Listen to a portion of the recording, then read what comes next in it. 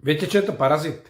To je organizmus, ktorý ničím neprispieje, ale vyžiera svojho hostiteľa tak dlho, až ho úplne zničí. Europoslanci Ľuboš Blaha a Milan Uhrík sa rozhodli svojrázne reagovať na masové protesty slovenských vlastencov proti vlastizrade tejto vlády a proti tomu, že ju ťahá z Európskej únie niekde pod ochranu ruku Ruska.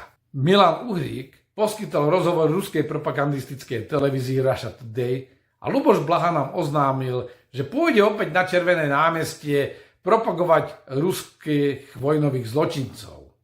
Zatiaľ, čo títo paraziti si žijú za 10-násobné platy z vašich daní a z daní európskych občanov, tak vy si musíte uťahovať opasky. Skutoční vlastenci sa majú uskromniť a kolaboranti sa chodia pretrčať do Moskvy alebo do moskovskej televízie. Takže vážený Ľuboš Blaha aj Milan Uhrík, neurážajte skutočných vlastencov. Keď ste sa rozhodli zradiť svoju vlast a zradiť svoje spoločenstvo, nech sa páči, vráťte všetky eurá, ktoré dostávate do posledného centu a choďte si do Moskvy pýtať rublá a kopejky. My vás tu nechceme.